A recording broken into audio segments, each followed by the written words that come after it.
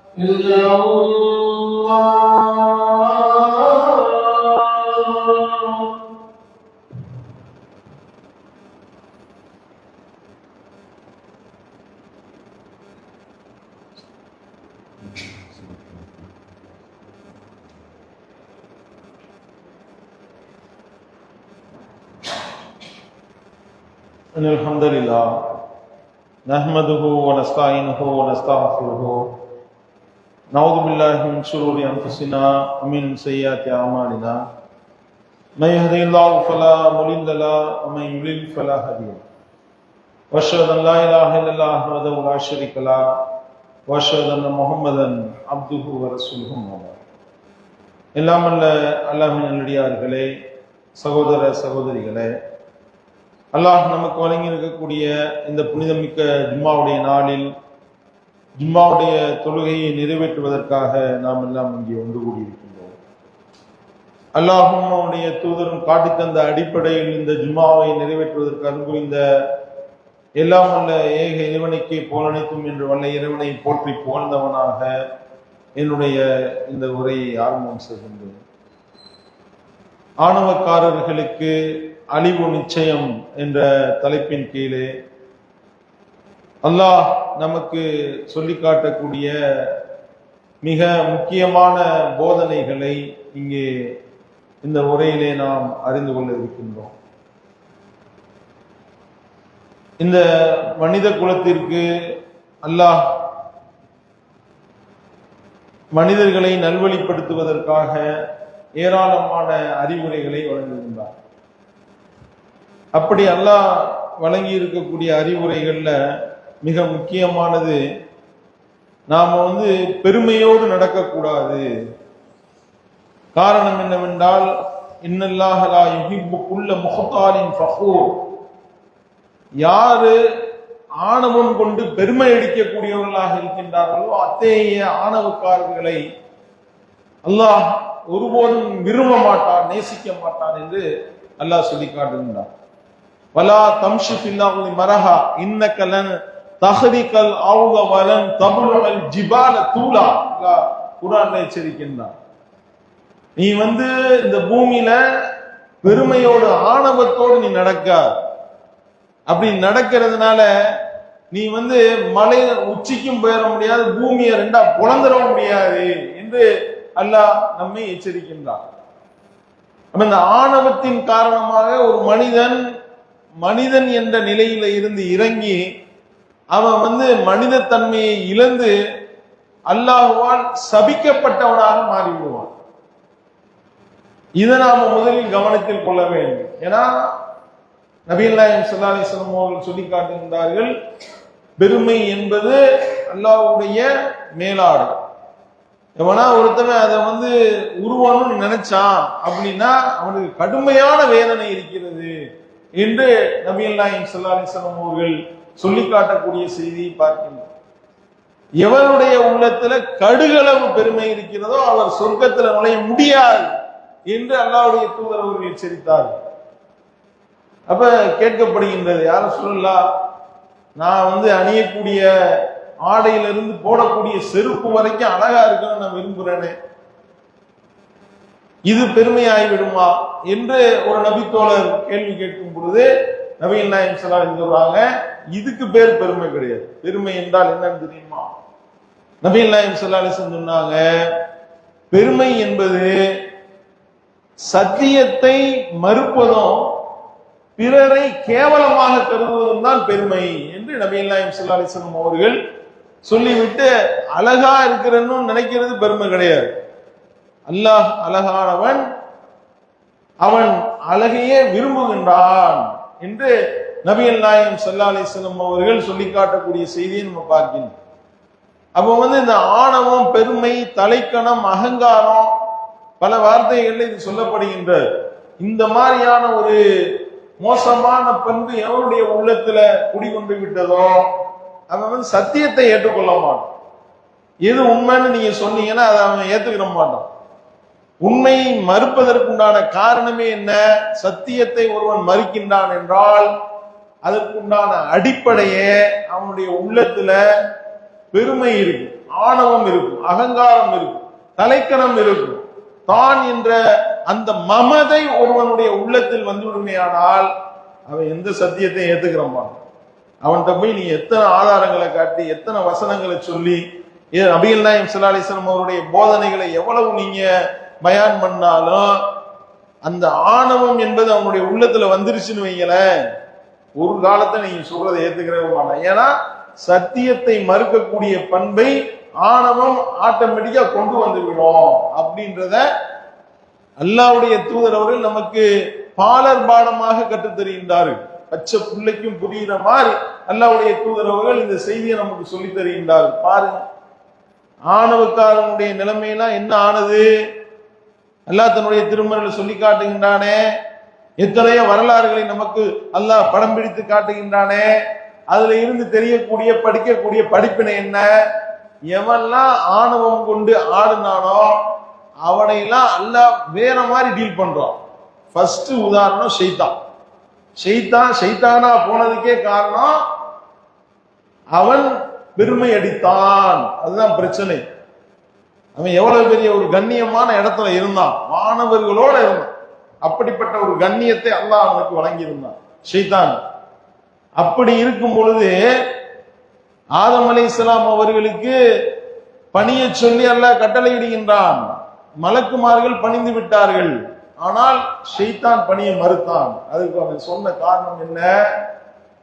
என்னைய நீ நெருப்புல இருந்து படைச்சிருக்க, ஆதம மண்ணுல இருந்து படைச்ச, இப்ப யாரு பெருமை உடையவன்? நான் தானே தெரியாது. ஆணவம், அகங்காரம், தலைக்கணம், இதுதான் ஈகோ. இது ஷைத்தான் ஒவ்வொரு ஆளுடைய உள்ளத்திலையும் போடுவோம். சத்தியத்தை மறுக்க வைக்கிறதுக்கு ஷைத்தான் எடுக்கிற முதல் ஆயுதம் இதுதான்.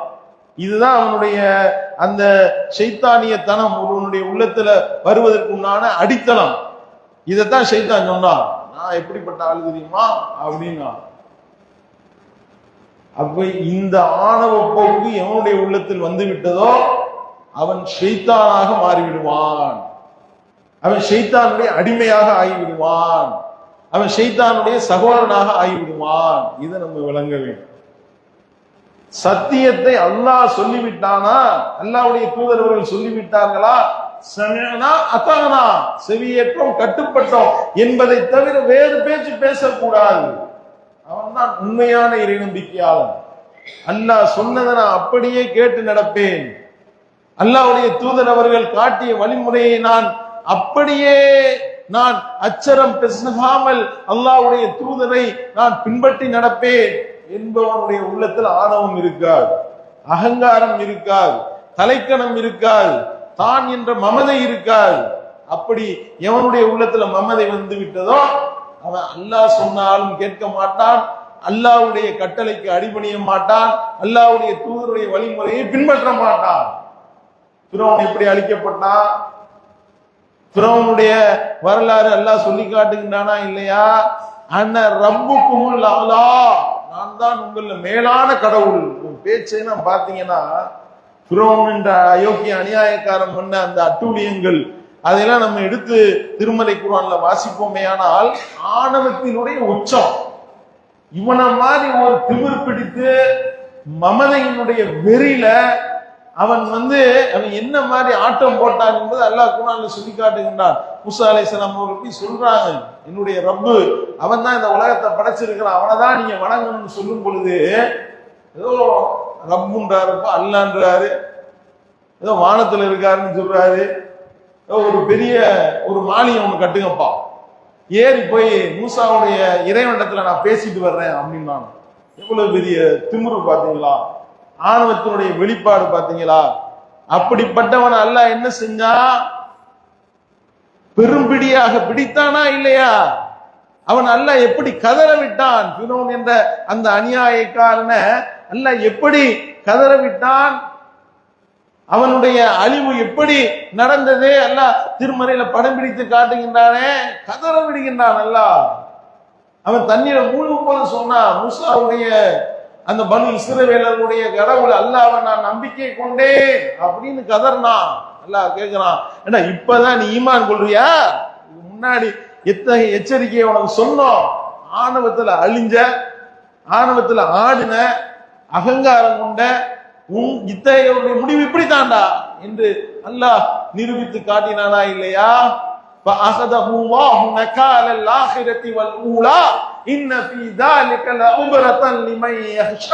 அல்லாஹ் சொல்லி காட்டுகின்றானே, அந்த ஃபிரௌனை இந்த உலகத்திலையும் கடும்பிடியாக பிடித்தோம், மறுமையிலே அவனை பிடிப்போம், விட மாட்டோம், விட்டு வைக்க மாட்டோம், அவனுக்கு நரகம் கன்ஃபார்ம். இன்ன ஃபீ ஸாலிக லஇப்ரத்தன் லிமன் யஹ்ஷா, யார் இறைவனை அஞ்சி நடக்கக்கூடியவர்களாக இருக்கின்றார்களோ அவர்களுக்கு, அத்தகையோருக்கு இந்த வரலாறுல படிப்பினை இருக்கிறது என்று அல்லாஹ் சொல்லி காட்டுகின்றான். அப்ப எவ்வளவு பெரிய ஒரு எச்சரிக்கை! அதே மாதிரி இந்த உலகத்துல தோற்றுவிக்கப்பட்ட மனிதர்கள்ல முதல் மனிதரும் முதல் நபியுமாக இருக்கக்கூடிய ஆதம் அலைஹிஸ்ஸலாம் அவருடைய மகன் அல்லாஹ் குர்ஆன்ல சொல்லி காட்டுறான். அந்த வரலாறை அல்லாஹ் சொல்லுகின்றான், எடுத்து சொல்லி காட்டுகின்றான். அல்லாஹ் சொல்லி காட்டுகின்றான், அதாவது ஆதம் அலைஹிஸ்ஸலாம் அவர்களுடைய மகன் ரெண்டு பேர், ரெண்டு மகன்கள், ஆபில் காபில்னா பேர் சொல்லுவாங்க. அது இஸ்லாத்துல ஆதாரம் கிடையாது, குர்ஆன்லயே ஹதீஸ்லயே ஆதாரம் இல்லை, இவர்களா வைத்து விட்ட பேர். இரண்டு புதல்வர்களுடைய வரலாறை அவர்களுக்கு நீ ஓதி காட்டு அல்லாஹ் சொல்லி காட்டுகின்றான். என்ன செய்தார்கள்? ரெண்டு பேரும் இறைவனை வணங்கக்கூடிய விதத்துல இறைவனுக்கு நெருக்கமாக வேண்டும் என்ற அடிப்படையில ஒரு இபாதத்தை செய்கின்றார்கள். ரெண்டு பேருடைய இபாதத்துல ஒருவருடைய இபாதத்தை அல்லாஹ் ஏற்றுக்கொண்டு இன்னொருவருடைய இபாதத்தை மறுத்துட்டான். அப்ப யாருடைய இபாதத்தை, யாருடைய குர்பானியை அல்லாஹ் ஏற்றுக்கொண்டான் அவருக்கு அல்லாஹ் அறிவிக்கலாம், உன்னுடைய குர்பானியை நான் ஏத்துக்கிட்டேன், உன்னுடைய சகோதரனுடைய குர்பானியை நான் மறுத்துட்டேன். ஏன்னா அவன் இறைவனை அஞ்சாம அவன் இந்த வேலையை செஞ்சான். அவர் சொல்றாரு, இந்த மாதிரி என்னுடைய குர்பானை எல்லாம் ஏத்துக்கிட்டான். ரெண்டு பேரும் செஞ்சது ஒரே வேலை தான், ஒரே இபாதத்து தான், ஆனால் உன்னிடத்திலிருந்து அல்லாஹ் ஏற்றுக்கொள்ளவில்லை, என்னிடத்திலிருந்து ஏற்றுக்கொண்டான் என்று சொல்லும் போது அந்த யாருடைய இபாதத்தை அல்லாஹ் மறுத்தானோ அந்த நபர் சொல்றாரு, ஆதம் அலைஹிஸ்ஸலாமுடைய மகன் சொல்றாரு, அப்படின்னா நான் உன்னை கொல்லுவேன். அல்லாஹ் ஏன் ஏத்துக்கல தெரியுமா? இன்னமா யதகப்பலுல்லாஹு மினல் முத்தகீன், யார் இறைவனை அஞ்சி நடக்கக்கூடியவர்களாக இருக்கின்றார்களோ அத்தகைய இறையச்சவாதிகளிடத்தில் இருந்துதான் அல்லாஹ் ஏற்றுக்கொள்வான். உன்கிட்ட அல்லாஹ்வுடைய பயம் இல்லை, அதனால உன்னுடைய குர்பானியை அல்லாஹ் ஏற்றுக்கொள்ளவில்லை என்று சொல்லும் போது ஆணவத்தினுடைய உச்சத்தினால அந்த சகோதரனை கொலை செய்யலாம். பூமியில் நடந்த முதல் கொலை ஆணவத்தினுடைய வெளிப்பாடு. ஒரு நபியினுடைய மகனா இருக்கிறான், அல்லாஹ் அவனை நரகவாசியா அல்லாஹ் ஆக்குறான். ரசூல் ஸல்லல்லாஹு அலைஹி வஸல்லம் சொல்லி காட்டுறாங்க, எந்த ஒரு கொலை நடந்தாலும் அந்த கொலையில ஒரு பாவத்தினுடைய ஒரு பங்கு அவனுக்கு போகும். ஏன் கொலைன்றதை அறிமுகப்படுத்தி விட்டதாமே என்று நபிகள் நாயகம் ஸல்லல்லாஹு அலைஹி வஸல்லம் அவர்கள் சொல்லக்கூடிய செய்தியை பார்க்கின்றோம் என்றால், ஆணவம் என்ற அந்த போக்கு எவ்வளவு பெரிய ஒரு விஷயத்துல கொண்டு போய் எவ்வளவு ஒரு பாரதூரமான பின்விளைவை ஏற்படுத்தக்கூடியதாக இருக்கின்றது. யோசனை பண்ணி பாருங்க. ஆது சமூக கூட்டம் என்று உலகத்துல ஆணவத்தோடு ஆட்டம் போட்டவர்களை எல்லாம் அல்லாஹ் அடியோடு அழித்த வரலாறை சொல்லி காட்டுகின்றானே. ஆது சமூகத்தை போன்ற ஒரு மிகப்பெரிய வலிமை வாழ்ந்தவன் இருக்கின்றீர்களா? அல்லாஹ் கேட்கிறான், அலம் தர கைஃப ஃபஅல ரப்புக பிஆத் இரமதாத்தில் இமாத் அல்லதி லம் யுஹ்லக் மிஸ்லுஹா ஃபில் பிலாத் ثمود الذين جابوا الصخر بالواد وفرعون ذي الاوتاد الذين طغوا في البلاد فاكثروا فيها الفساد فصب عليهم ربك صوت عذاب ان ربك لبالمرصاد. அல்லாஹ்வுடைய அந்த வர்ணனை அவ்வளவு அழகாக இருக்கின்றது. அவர்களுக்கு முன்னாடி இந்த மாதிரியான ஒரு படைப்பை நம்ம படைச்சதே கிடையாது. வலிமை மிக்கவர்கள், அவ்வளவு ஒரு வலிமையானவர்களாக அந்த ஆது கூட்டம் இருந்தது. தூண்களை உடைய ரம்வாசிகள் இருந்தார்கள். அதே போன்று அவர்களுடைய முடிவு என்னவானது யோசனை பண்ணி பாரு. அல்லாஹ் சொல்லி காட்டுகின்றான், ஆணவத்துல ஆடுனா அல்லாஹ் அனுப்புனா பாருங்க, ஒரு காற்றை, கண்ணுக்கு தெரியாத காற்றை கொண்டு அந்த பயங்கரமான ஒரு வலிமை மிக்க ஒரு கூட்டத்தை எல்லாம் அழித்தானாம். கண்ணுக்கே தெரியல, கண்ணுக்கு தெரியாத ஒரு பொருளை வச்சு அவர்களை அழிச்சான். சமூதல்லதீன ஜாபு சஹரபில் வாதி வ ஃபிரௌன தில் அவ்தாத், பாறைகளை குடைந்து வாழ்ந்த சமூக கூட்டத்தையும் பெரும் படைகளை உடைய ஃபிரௌனையும் உம்முடைய இறைவன் எப்படி ஆக்கினான் என்பதை நீ சிந்திக்க வேணாமா? அல்லாஹ் கேட்கின்றான், ஃபஸப்ப அலைஹிம் ரப்புக ஸௌத அஸாப், வேதனையினுடைய சாட்டைய அல்லாஹ் கையில எடுத்தான். ஒரு சுழட்டுனா ஒண்ணும் இல்லாம போயிட்டாங்க. ஆட்டம் போட்டவர்கள் எல்லாம் அப்படி முகம் குப்பர விழுந்து கிடந்தார். ஒரே ஒரு சப்தம் தான் சில பேருக்கு, அதோட முடிஞ்சிச்சு. சில பேரை காற்றை கொண்டு அழித்தான், கல்மலையை கொண்டு அழித்தான். அப்ப ஆணவக்காரனுடைய முடிவு என்னவான்றது போய் பாரு, எல்லாம் சொல்லி காட்டுகின்றான். போய் நீங்க உங்களுடைய இந்த பூமியில பிரயாணம் செஞ்சு பாருங்க, அவர்களுடைய வீடுகள் இன்னும் அப்படியே இருக்கு, போய் பாருன்றாங்களா. அந்த மலைகளை குடைந்து வாழ்ந்த வீடுகள் அப்படியே இருக்கு, ஆள காணா, ஒண்ணும் இல்லாம போயிட்டானா. அப்ப இந்த ஆணவம், நான் என்ற அகங்காரம், நான் என்ற மமதை, நான் தான் எல்லாம், என்னாலதான் எல்லாம் என்ற மாதிரியான ஒரு எண்ண ஓட்டம் நம்முடைய உள்ளத்துல வந்துச்சுன்னா, அல்லாஹ்வை மறந்தால், அவனுடைய வல்லமையை மறந்தால், அவன் எப்படிப்பட்டவன் என்ற அந்த அவனுடைய மகத்துவத்தை மறந்துவிட்டு மனிதன் எப்பொழுது ஆட்டம் போட ஆரம்பிக்கின்றானோ அல்லாஹ் அவனுக்கு கொடுப்பான் அடி, மரண அடியாக விடும். அல்லாஹ் பாதுகாக்க வேண்டும். பார்க்கிறோம், அதாவது செயலால் அழிந்தவர்கள் இவர்கள் எல்லாம் பேச்சாலே அழிந்தவர்கள் இருக்கின்றார்கள். நான் தான் பெரிய ஆள், அப்படி பேசி அழிஞ்சு நாசமா போனவங்க இருக்கு. அல்லாஹ் குர்ஆன்ல சொல்லி காட்டுறான். காரூன் என்ற ஒரு அநியாயக்காரனை பத்தி சொல்றான். காரூனுடைய செல்வங்கள் எப்படிப்பட்ட செல்வங்களாக இருந்தது தெரியுமா? அவனுடைய செல்வங்களை பூட்டி வைத்து இருக்கக்கூடிய அந்த சாவி இருக்குல்ல, அந்த சாவிகளை சுமப்பது ஒரு மிகப்பெரிய கூட்டத்திற்கு பெரும் பாரமாக இருக்குமா. சாவிகளை மட்டும் கொண்டு போடு, சாவியை தூக்கிட்டு போறதே எவ்வளவு சிரமமா இருந்தா அவன் எவ்வளவு பொருளை வச்சிருப்பான், அதை பூட்டி வைக்கக்கூடிய அறைகள் எவ்வளவு இருந்திருக்கும், அதுக்குள்ள எவ்வளவு பொருள் இருந்திருக்கும், தங்கம் வெள்ளி குவியல் எவ்வளவு இருந்தது. யோசனை பண்ணி பாருங்க. நல்லா எவ்வளவு ஒரு இலகுவா புரியுற மாதிரி ஒரு உதாரணத்தை சொல்றாங்க பாருங்க. சாவியை சுமக்கிறதே சிரமம், அப்பனா பாத்துக்கோங்க. அப்படிப்பட்ட என்னப்பா எல்லாரும் பாத்துக்கோங்க, காரூன் மாதிரி இப்படிலாம் இருக்க முடியாது, எல்லாம் நிறைய கொடுத்துருக்கானே என்று சொன்னார்களாம், பேசிக்கொண்டார்களாம். அவன் சொன்னானா, இதெல்லாம் எப்படி வந்துச்சு தெரியுமா, இந்த செல்வம் என்னுடைய அறிவால் வந்தது அப்படின்னானா. என்னுடைய அறிவை கொண்டுதான் அம்புன்னு எனக்கு வந்துச்சு. இப்பயும் பல பேர் நினைப்பாங்க, நாங்கெல்லாம் எவ்வளவு பெரிய ஆட்கள் தெரியுமா, நான்லாம் இவ்வளவு பணக்காரனா இருக்கேன்னா என்னுடைய அறிவு, என்னுடைய வல்லமை, என் டேலண்ட் பாரு. உன் டேலண்ட் இல்ல, ஒரு மண்ணும் கிடையாது, ஒண்ணும் கிடையாது, அல்லாஹ்வுடைய அருள். இன்னல்லாஹ் யர்ஸுகு மை யஷாஉ பிகைரி ஹிசாப், அல்லாஹ் தான் நாடியவர் கணக்கில்லாம கொடுப்பான். இன்ன ரப்பக யப்சுத்துர் ரிஸ்கல் லிமன் யஷாஉ வ யக்திர். அல்லாஹ் குர்ஆன்ல சொல்லி காட்டுகின்றான், நான் நாடியவருக்கு அள்ளியும் கொடுப்பேன், நான் நாடியவருக்கு அப்படியே குறைக்கவும் செய்வேன். என்னுடைய வல்லமையில் உள்ளதுதான். ஆற்றலை கொண்டு கிடையாது, உன்னுடைய வல்லமையை கொண்டு கிடையாது, உன்னுடைய அறிவை கொண்டு கிடையாது. இப்ப நம்ம அப்படி சொல்லிடக்கூடாது, ஆணவத்தில் அப்படி பேசிடக்கூடாது. அப்படி பேசினா காரூன் என்ற அநியாயக்காரன அல்லாஹ் என்ன செஞ்சா, உன் அறிவை கொண்டு வந்துச்சா, அல்லாஹ் ஒரு அடி அடிச்சா பூமியோட அப்படியே வச்சு புதைய வச்சுட்டாங்க. என்ன நிலவரம்? அவன் அறிவை கொண்டு நீ சம்பாதிச்சல, அந்த காசை வச்சு இப்ப நீ காப்பாத்தின உன்னைய நீ காப்பாத்திக்கிற முடியுமா? எத்தனை கோடான கோடி ரூபாய்ங்க ரத்தன் டாட்டா இறந்தாருங்க, எத்தனை கோடி ரூபாங்க, எத்தனை கோடான கோடி ரூபாய்கள், எத்தனை நிறுவனங்கள் அவருடைய நாய்க்கு உயிரிழி வச்சிருக்காரு, பல கோடி ரூபாய். நாய் சாவுற வரைக்கும் அந்த நாய்க்கு இத்தனை கோடி ரூபாய் இவ்வளவு செலவு பண்ணுங்கப்பான்னு உயிரிழி வச்சுட்டு போயிருக்காரு. ஆனால் அவருடைய உயிரை அவரால் காப்பாற்ற முடிந்ததா? அத்தனை கோடி ரூபாய்களும் அவருக்கு ஏதாவது பலன் அளித்ததா? கிடையாது. அப்புறம் எதுக்கு உனக்கு ஆணவம்? அப்புறம் எதுக்கு உனக்கு அகங்காரம்? அப்புறம் எதுக்கு நமக்கு இந்த பூமியில வாழக்கூடிய சொற்பமான வாழ்க்கையில நம்மையே இந்த மாதிரியாக மமதை கொண்டு ஆணவம் கொண்டு நாம் ஏன் அலைய வேண்டும்? யோசனை பண்ணிப்பார்.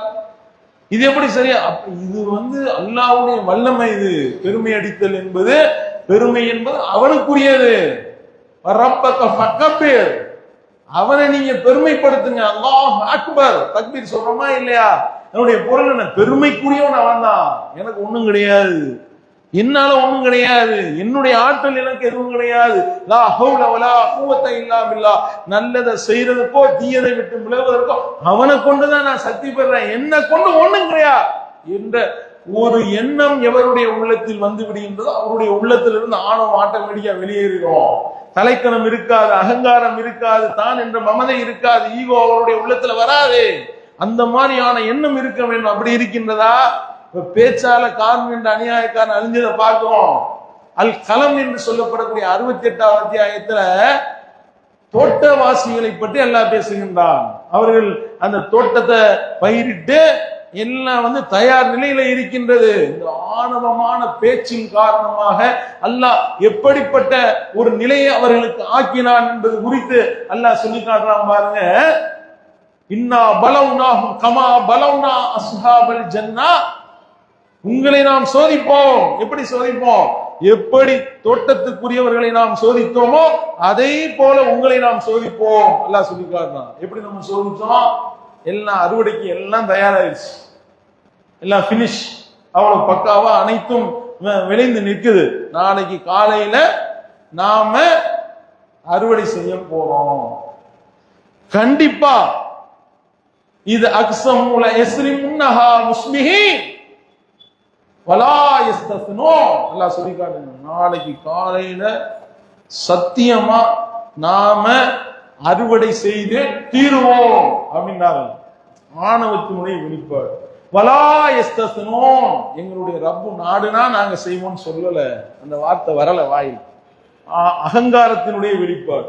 அண்ணா நாடுனா நம்ம செய்வோம்னு அல்லாஹ்வுக்கு அடிபணிந்தவர்களாக சொல்லியிருக்க வேண்டாமா? அவனை புகழ்ந்திருக்க வேண்டாமா? அவனை பெருமைப்படுத்தி இருக்க வேண்டாமா? ஆனா இவருடைய வாயிலிருந்து என்ன வார்த்தை வருது? நாளைக்கு காலையில் செஞ்சு முடிக்கிறோம் அப்படின்ற அகங்கார பேச்சு.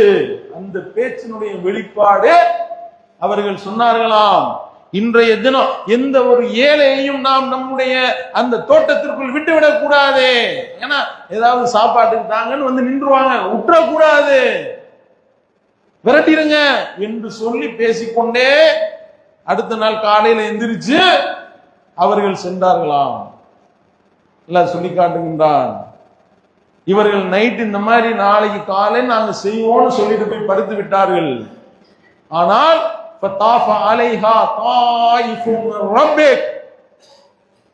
அந்த இரவே சூழ வேண்டியது சூழ்ந்து கொண்டது அந்த தோட்டத்தை. அவர்களுடைய ரப்பிடம் இருந்து வந்த அந்த கட்டளையின் காரணமாக அப்படிப்பட்ட ஒரு இடமே இல்லாத மாதிரி அல்லாஹ் ஒண்ணும் இல்லாம நைட்டோட நைட்டை அழிச்சிட்டான். இவங்க காலையில எந்திரிச்சோன்னு சொன்னாங்க, வாங்க நம்ம போறோம், நம்ம அறுவடை பண்றோம், திரும்பி வர்றோம்.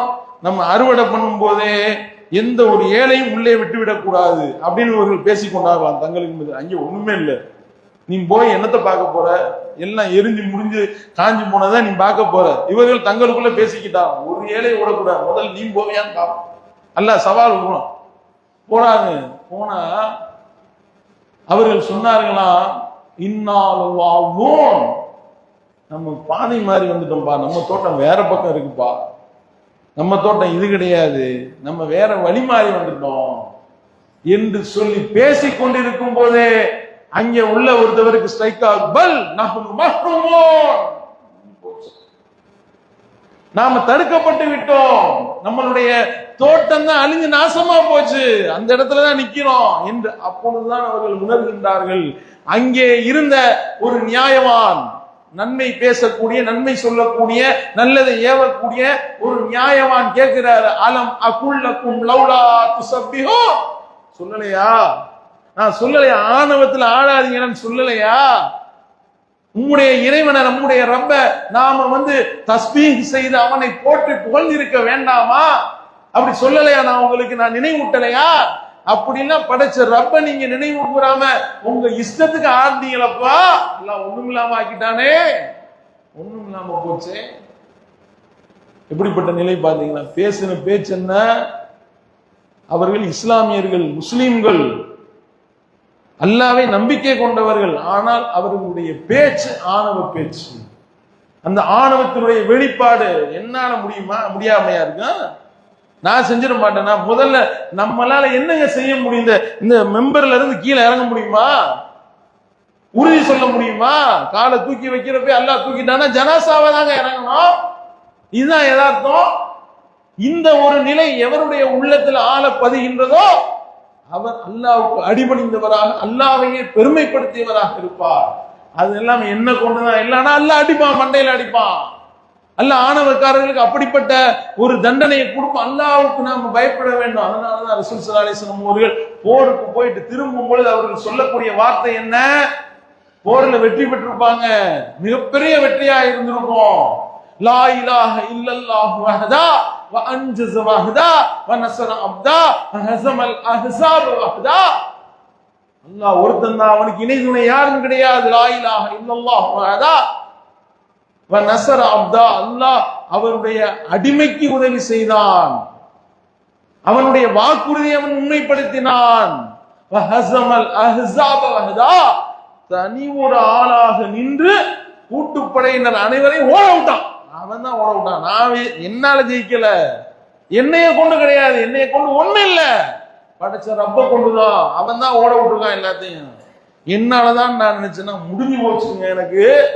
அப்ப நம்ம செய்யக்கூடிய எந்த ஒரு நல்லறங்களாக இருந்தாலும் சரி, எந்த ஒரு நல்ல காரியமாக இருந்தாலும் சரி, இபாதத்துகளா இருந்தாலும் சரி, தர்மமாக, அனைத்தும் அவனை கொண்டு, அவனுடைய ஆற்றலை கொண்டு. இதை நம்ம மனதில் வைக்க வேண்டும். இந்த ஆணவம் என்ற அந்த எண்ணம் நம்முடைய மண்டையில வந்துருச்சு அப்படின்னா நம்ம ஷைத்தானாக மாறிவிட்டோம் என்று அர்த்தம். அல்லாஹ் நம்மை பாதுகாக்க வேண்டும். ஒரே ஒரு வார்த்தை ஆதமுடைய மகன் மொழிகின்றார். அந்த ஒரு வார்த்தையின் காரணமாக நரகத்தினுடைய அடி ஆழத்திற்கு அவன் தூக்கி வீசப்படுவான் என்றார்கள் அல்லாஹ்வுடைய தூதர் அவர்கள். அந்த மாதிரி ஆணவ மிக்க வார்த்தைகள்ல இருந்து, ஆணவ பேச்சுக்கள்ல இருந்து, ஆணவ எண்ணங்கள்ல இருந்து அல்லாஹ் நம்மை பாதுகாக்க வேண்டும். அவனுக்கு முற்றிலும் அடிபணிந்த நன்மக்களாக வல்ல இறைவன் நம் அனைவரை மாற்ற வேண்டும் என்று கேட்டு என்னுடைய இந்த முதல் உரையை நிகழ்ச்சி.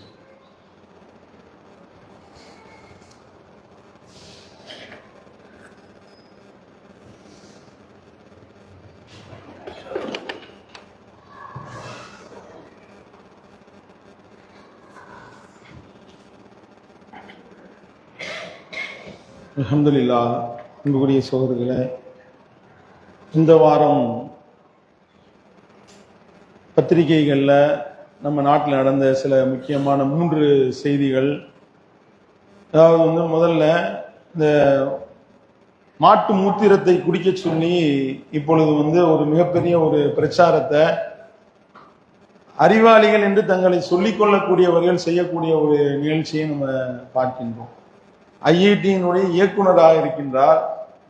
அதாவது உலகத்தில் ரொம்ப தொழில்நுட்ப வல்லமை பெற்றவர்கள், அதனுடைய ஒரு மிகப்பெரிய ஒரு நிறுவனத்தினுடைய இந்த நாட்டுல உயர் படிப்புன்னு வைக்கக்கூடிய அந்த ஐஐடி, அதனுடைய இயக்குனர்னு சொல்லக்கூடியவன் பேசலாம். எல்லாரும் வந்து மாட்டு மூத்திரம் குடிங்க, காய்ச்சல் வந்தா மாட்டு மூத்திரம் குடிங்க, அதெல்லாம் வந்து ரொம்ப ஒரு போசாக்கான ஐட்டம் அப்படின்னு சொல்லி பேசக்கூடியதை பார்க்கின்றோம். பாஜக தலைவர்களில் ஒருவரான டாக்டர் தமிழிசை சவுந்தரராஜன், அவர்களுக்கு பேர் டாக்டர் தமிழிசை சவுந்தரராஜன், பேசுறாங்க. இந்த மாதிரி வந்து மாட்டு இறைச்சி மட்டும் திம்பிங்கல்ல, மாட்டு இறைச்சி மட்டும் திங்கிறீங்கல்ல, ஏன் மாட்டு மூத்திரம் குடிச்சா என்ன தப்பா, அது மட்டும் ஏன் வேணான்றீங்க என்று கேட்கக்கூடிய அறிவுபூர்வமான கேள்வியை பார்த்து உலகமே அப்படியே ஆடி போய் நிற்குது. என்னடா நம்ம டாக்டர்னா என்ன டாக்டர் படிச்சுன்னு தெரியலையே என்று சொல்லி மக்கள் கேட்கக்கூடிய அளவுக்கு கீழே கமாண்ட்லயே பிரமத மக்கள் போடுறாங்க, இந்து சோழர்கள் போடுறாங்க. மாட்டு கறி மட்டும் தின்றியே, மாட்டு மூத்திரம் குடிக்க மாட்டியான்னு கேட்கிறியே தமிழிச, அப்படின்னா வந்து ஆட்டு கறி மட்டும் திங்கிறியே, ஆட்டு மூத்திரம் குடிக்க மாட்டியான்னு கேட்பியா? கோழி கறி திங்கிறியே, அப்ப கோழிக்கு என்ன ஆச்சு அப்படின்னு கேட்பியா? கோழியினுடைய மலத்தை நீ சாப்பிடலாம் நீங்க கேட்பியா? இதே கேள்விய மாட்டு மூத்திரம் மட்டும் குடிக்கலாமா அப்படின்னு கேட்டுட்டு, மாட்டு இறைச்சி தின்ற ஆட்கள் மாட்டு மூத்திரம் குடிக்க மாட்டீங்களா அப்படின்னா இதே கேள்வி அந்த மாதிரி கேட்கலாம்ல. மாட்டு மூத்திரத்தை மட்டும் ஏன் குடிக்கிற, மாட்டு சனியும் தின்னு அப்படின்னு சொல்லலாம்ல. அதையும் திங்குவதற்கு இவர்கள் தயாராக இருக்கின்றார். அதெல்லாம் திங்கிற மாதிரி வீடியோ போடுறாங்க சங்கீகம். இதுதான் யதார்த்தம். அப்ப இவர்களுடைய மூளை வந்து மொத்தமாக அவர்கள் மூளையில் உள்ள மண்டைக்கு உள்ள இருக்கிறது மாட்டு சாணி அப்படின்றதை இவர்கள் வந்து உண்மைப்படுத்தக்கூடிய ஒரு நிகழ்வை நம்ம பார்க்கின்றோம்.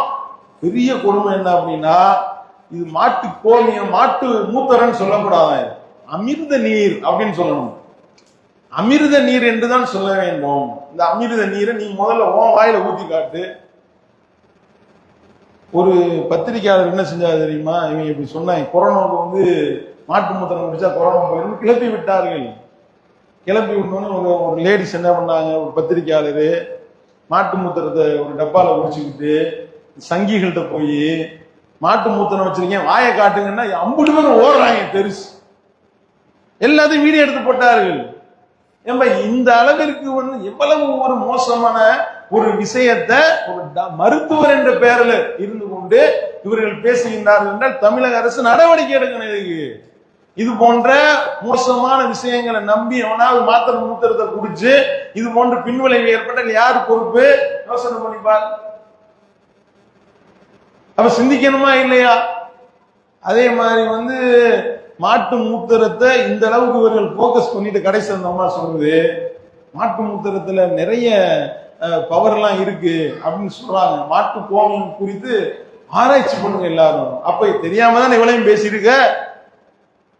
நீ பேசுனது எல்லாமே பொய்ன்னு தெரியுதா இல்லையா? இனிமே ஆய்வு பண்ணணுமா?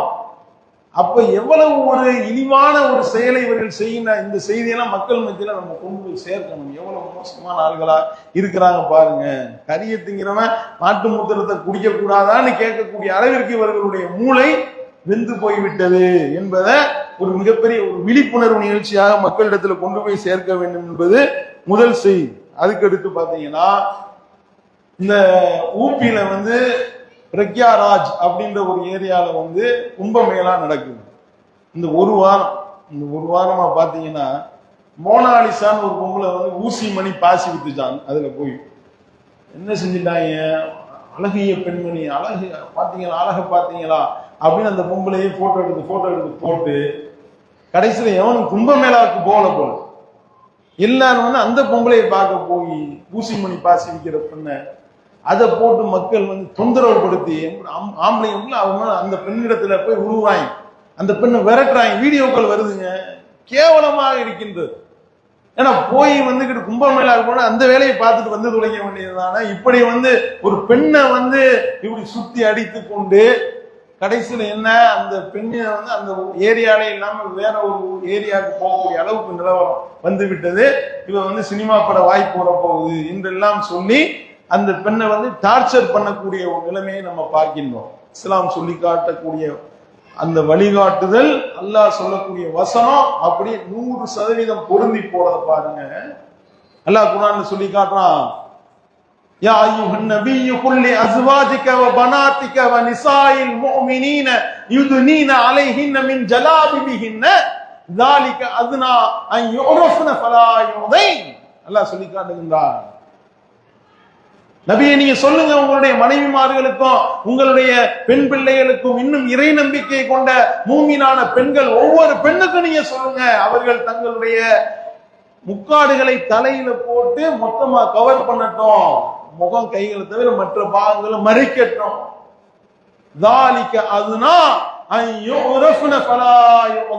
அவர்கள் இன்னார் என்று அறியப்படுவதற்கும் பிறரால் தொல்லைப்படுத்தப்படாமல் இருப்பதற்கும் இதுதான் ஏற்றது. அல்லாஹ் சொல்லிக்காடு. அந்த வார்த்தை அப்படியே 100% பொருந்தி போகுதா? ஒரு ஆடையை போட்டுக்கிட்டு நீங்க உங்களுடைய அழகை வெளிக்காட்டக்கூடிய விதத்துல நீங்கள் இருந்தீர்களே, ஆனால் உங்களை திரும்ப திரும்ப வீடியோ போக்கஸ் பண்றான், இந்த கவர்ச்சியை வெளியே காட்டுறான். இதன் மூலமாக ஆண்கள் ஈர்க்கப்பட்டு உங்களை தொல்லைப்படுத்த வந்தானா? கடைசியில ஊசி மணி பாசி விக்கிற வியாபாரத்தை விட்டுட்டு சோத்துக்கு இல்லாம ஓட வைத்தார்களா?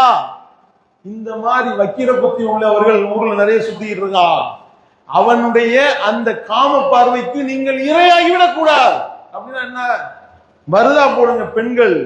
மதுரை ஆதீனம் சொன்னாரு, மதுரைக்கு முன்னாடி, இப்ப உள்ள ஆதீனத்துக்கு முன்னாடி உள்ள மதுரை ஆதீனம் பேசினாரு, இஸ்லாமிய பெண்களை போல ஒவ்வொரு இந்து பெண்களும் மருதா அணிய வேண்டும். தங்களுடைய கணவனை தவிர மற்றவர்களுக்கு தங்களுடைய உடல் அழகை காட்டக்கூடாது. இதுதான் அவர்களுக்கு பாதுகாப்பானது உணர்ந்து சொன்னார். ஏன்னா தவறான பார்வை என்பது இத்தகைய ஆடைகள்னால தப்பான எண்ணத்தை தூண்ட வைக்கும், சிரமம். அப்ப ஒரு பெண்ணை போட்டு இந்த பாடுபடுத்துறான்னா, அப்ப தவறான பார்வை உடையவர், அந்த எண்ணம் உடையவர்களை நீங்க இழுக்கக்கூடிய விதத்தில் இது போன்ற செயலை செய்யக்கூடாது என்பது இதுல இருந்து நம்ம பெற வேண்டிய படிப்பினை. தி வீக் 7 பேட்டி எடுத்து போட்டிருந்தாங்க. வெளிநாடுகள்ல இருந்து இங்கே படிக்க வரக்கூடிய அந்த வெளிநாட்டு மாணவிகளை, நெதர்லாந்து, இங்கிலாந்து உள்ளிட்ட நாடுகள்ல இருந்து இங்க படிக்க வந்திருக்கிறாங்க. அந்த மாணவிகளை பேட்டி எடுத்து போட்டாங்க. அவர்கள் சொல்றாங்க, இந்த இங்க ஈவ் டீசிங், பெண்களை பாலியல் ரீதியான துன்புறுத்தல் அதிகமா தொடர்கின்றது இந்தியால. எங்களுக்கு அவ்வளவு துன்புறுத்தல் நடக்குது. இதிலிருந்து நாங்கள் தப்பித்துக் கொள்வதற்கு 2 விஷயங்களை நாங்கள் கையில் எடுத்திருக்கிறோம். அந்த பெண்மணி பேட்டி கொடுத்தா, தி வீக் 7 வெளியானது இந்த பேட்டி. அந்த பெண்மணிகள் எல்லாம், அந்த மாணவிகள் எல்லாம் சொல்றாங்க, என்ன சொன்னாங்க தெரியுமா? நாங்க யாரிடத்திலும் வலிஞ்சு பேசுறது கிடையாது. வலிஞ்சு பேச ஆரம்பிச்சா ஒட்ட ஆரம்பிச்சிடறாங்க, இடிக்க ஆரம்பிச்சிடறாங்க. குலைந்து பேசக்கூடாது. அல்லாஹ் சொல்லிக்காரனா, நீங்க குலைந்து பேசாதீர்கள். எவனுடைய உள்ளத்துல நோய் உள்ளதோ அவன் இச்சை கொள்வான். நீ ஒழுங்கா ஒழுங்கா பேசு பெண்கள், அல்லாஹ் சொல்லி காட்டுகிறான். அப்படி அந்த பெண்மணிகள் சொல்றாங்க, அப்படி நாங்க பேச மாட்டோம். 1. 2வது, நாங்க என்ன செஞ்சோம் தெரியுமா? இவங்களுடைய பாலியல் அந்த தொந்தரவுல இருந்து எங்களை தற்காத்து கொள்ள தலையில ஒரு ஸ்கார்ப் ஒன்று மாட்டிக்கிட்டோம். முடிஞ்சு போச்சு, எவன் டச் பண்றது இல்லைங்க. முகத்தை மட்டும் காட்டினுமா ஸ்கார்பை தூக்கி மாட்டுறோம். ஒருத்தவனும் வர மாட்டான், நெருங்க மாட்டான். தெரியுதா? இதே தானுங்க சொன்னார் பெங்களூரு கமிஷனர். சொன்னாரா இல்லையா? அதிகமா செயின் பறிப்பு, கொள்ளை நடக்குது. எதற்கு நடக்குது? எல்லாம் உங்களுக்கு எவ்வளவு செயின் போட்டிருக்கீங்க, என்ன அணிஞ்சிட்டு வரீங்க, எல்லாத்தையும் பாக்குறாங்க. அந்த கமிஷனர் சொன்னாரு, அந்த பெங்களூர்ல கமிஷன் ஆபீஸுக்கு பக்கத்திலேயே ஒரு பர்தா கடை ஓபன் பண்ணி விட்டாங்க.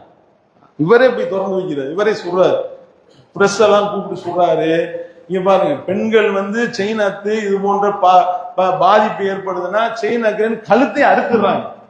இப்படிப்பட்ட ஒரு பாதிப்புல நீங்க காப்பாற்றப்பட வேண்டும் என்றால் இந்த ஸ்கார்ப் இப்படி இருக்கு. இந்த மாதிரியான ஸ்கார்ப் பத்தி தலையில மாட்டிருக்கு. ஏன்னா முஸ்லிம் பெண்களுக்கு இந்த மாதிரியான தொல்லைகள் 99% நடக்கிறது இல்ல, ஆய்வுல தெரியுது. அதனால நீங்க இந்த மாதிரி ஸ்கார்ப் மாட்டி போகணும்னு சொன்னாரா இல்லையா?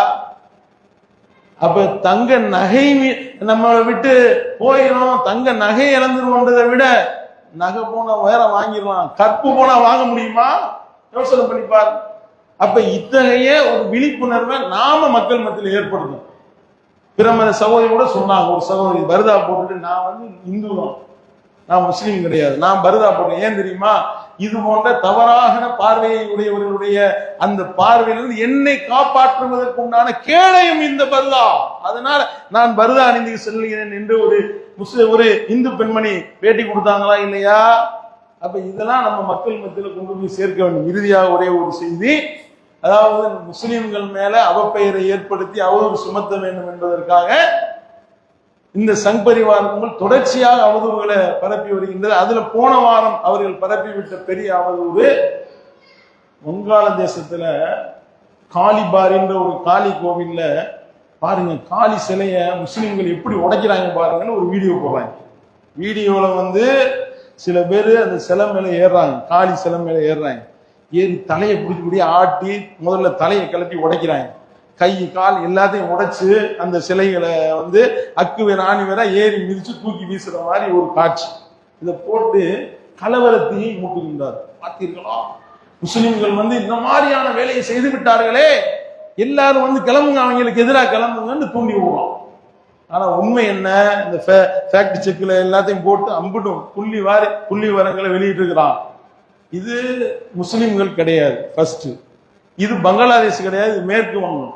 மேற்கு வங்கத்தில் உள்ள சுல்தான்பூர் என்ற ஊர்ல காளி கோயில் ஒண்ணு இருக்கு. அந்த காளி கோயில்ல நடந்த ஒரு சம்பவம். இது வந்து 12 ஆண்டுகளுக்கு ஒரு தடவை நடக்கக்கூடிய ஒரு பூஜையாகும். என்ன பூஜை? மணி அடிச்சு நீ சூடம்பத்தி காட்டுற பூஜை அது வேற பூஜை. இது என்ன பூஜை அப்படின்னா, சிலையே போட்டு நொறுக்குறது. இவர்களே வந்து கொண்டாடிட்டு விழா கொண்டாடிட்டு ஏறி கைக்கா அம்புட்டையும் நொறுக்கி அம்புட்டையும் தூக்கி போட்டு ஏறி மிதிச்சு தூக்கி வீசி விடுவாங்க. அப்புறம் புது சிலை செஞ்சு அப்புறம் வச்சு அப்புறம் அதை ஏறி மிதிப்பாங்க. இது வந்து தொன்று தொட்டு நடக்கக்கூடிய விழாடா இது. இதை ஏன்டா இப்படி அநியாயம் பண்ணிக்கிட்டு இருக்கீங்கன்னு சொல்லி ஃபேக்ட் செக்ல இப்ப வந்து விஷயத்தை போட்டு தெளிவுபடுத்துகின்றார்கள் என்றால், இதே விஷயத்தை இதே மாதிரியான ஒரு விஷயத்தை பிஜேபியினுடைய எம்பியாக இருக்கக்கூடிய அர்ஜுன் சிங் என்பவன் சில ஆண்டுகளுக்கு முன்பாக போட்டான். இந்த மாதிரி காளி சிலை பார்த்திருக்கலாம், மேற்கு வங்கத்துல காளி சிலை வந்து தீப்பிடிச்சு எரிஞ்சதாக காளி சிலையினுடைய மூஞ்சில கறி ஊசி விட்டு இருக்கின்றார்கள் இந்த ஜிஹாதிகள். மம்தா தான் இந்த ஜிஹாதிகளுக்கு ஊக்குவிக்கிறார் அப்படின்னு சொல்லி ஒருத்தன் கொடுத்தான். இந்த பிஜேபியினுடைய எம்பி பேசினா, செய்தியை போட்டான். கடைசியில் என்னன்னு விசாரிச்சு பார்த்தா அங்க உள்ள ஒரு காளி தீப்பிடிச்சு எரிஞ்சிருக்கு. அந்த தீயில அதுக்கு அறிவு போயிடும். இந்த செய்தியை புள்ளி விவரங்களோட ஆதாரங்களோட அந்த மேற்கு வங்க காவல்துறை வெளியிட்டோன்னே வாயப்புத்தினாய். அப்ப முஸ்லிம்களுக்கு எதிராக இது போன்ற திட்டமிட்ட அவதூறுகளை அவர்கள் பரப்புகின்றார்கள் என்றால், நம்முடைய கடமை இது திட்டமிட்ட அவதூறு என்பதை மக்களுக்கு தெளிவுபடுத்தி இவர்களுடைய முகத்திரையை கிழித்து இவர்களை அம்பலப்படுத்த வேண்டும். அப்படிப்பட்ட ஒரு விஷயத்தை நம்ம சரியான முறையில கையெடுத்து நம்ம வந்து எடுத்து மக்கள் மத்தியில் கொண்டு போய் சேர்க்க வேண்டும் என்பதை சொல்லி நிறைவு செய்கின்றேன். 2 அறிவிப்பு. இன்ஷா அல்லாஹ் இன்று 4:30 மணிக்கு நம்முடைய மேற்கு தெருவுல தமிழ்நாடு தௌஹீத் ஜமாத் பெரியப்பட்டினம் கிளை சார்பாக ஒரு செயல் வீராங்கனைகள் கூட்டம் ஏற்பாடு செய்யப்பட்டிருக்கின்றது. உங்களுடைய குடும்ப பெண்களை அனுப்பி வைங்க. வரக்கூடிய பிப்ரவரி 2ஆம் தேதி தௌஹீத் முழக்க மாநாடு கீழக்கரை நடக்க இருக்கின்றது. அதற்குண்டான ஒரு விழிப்புணர்வு நிகழ்ச்சியாக இந்த நிகழ்ச்சி நடைபெற இருக்கின்றது. அதில் அனைவரும் கலந்து கொள்கின்ற சொல்லி நிறைவு செய்கிறேன். வாயிலோன அலமதுல்லாஹி ரப்பில் ஆலமீன். அஸ்ஸலாமு அலைக்கும் வரஹ்மத்துல்லாஹி.